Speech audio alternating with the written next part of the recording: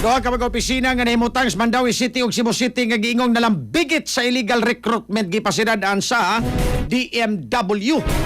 Report magigalas Cristel Joy Filerca. Live report.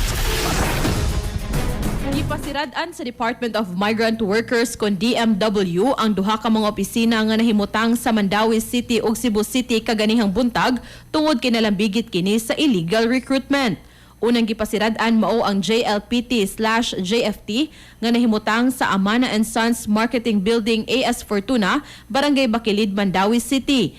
Ang modo sa mong training center nagtanyag og Japanese language proficiency test nga ang training fee nagkantidad og 28,500 pesos para sa mga estudyanteng aplikante nga gustong makatrabaho sa Japan. Gipasaligan sa mong training center ang ilang mga estudyante nga kung mahuman na ang ilang training og makapasar sa exam, makatrabaho sila sa Japan isip dairy farmer, caregiver o cleaner ug mosweldo og 50,000 pesos hangtod 100,000 pesos pinaagi sa ilang partner agency nga mao ang Star Express Placement ug Profile Overseas Manpower Services. Sunod nga gipasiradaan mao ang Anaya USA Visa Consultancy nga nahimutang sa Meridian by Avenir, Gulam Drive, Barangay Mabolo, Cebu City. Nagtanyag ang maong kompanya og trabaho sa Amerika isip seasonal agricultural worker, lakip na ang fruit and vegetable harvesting, poultry farming, dairy and livestock production, greenhouse work, grain harvesting ug produce processing.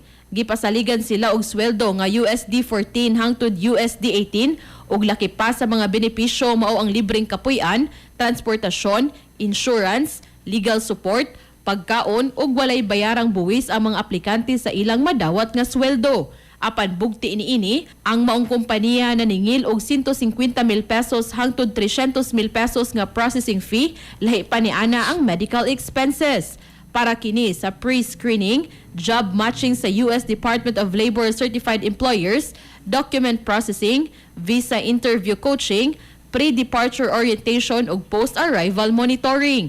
Nasayran pa nga ang maong kompanya nagpahigayon og orientation sa Cebu ug Bohol ug nakig-alayon pa sa Public Employment Service Office kon Peso ug sa lokal nga kagamhanan. Ang pagpasirado sa duha ka mga establishmento subay kini sa gipagawa sa DMW nga Closure Order No. 13 ug 14 Series of 2026, human makumpirmar nga pareho kining walay igong lisensya ug otoridad sa pagpahigayon og recruitment activity para sa mga trabaho abroad.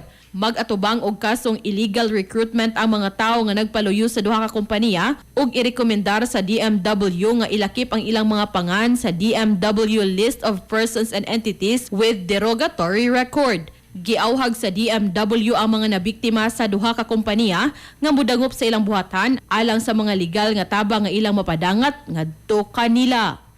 Para sa atong mga katropa nga gustong palig-unon ang immune system, malikayan ang ubo, hilan at labad sa ulo ug di makahilab sa tiyan, ang Sunthone Vitamin C, the Alkaline Vitamin C maoy haom alang kanato mga katropa.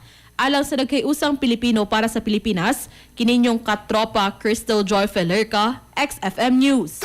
XFM report. Sunthone Plus Gold, mapalit sa mga butika sa inyong lugar.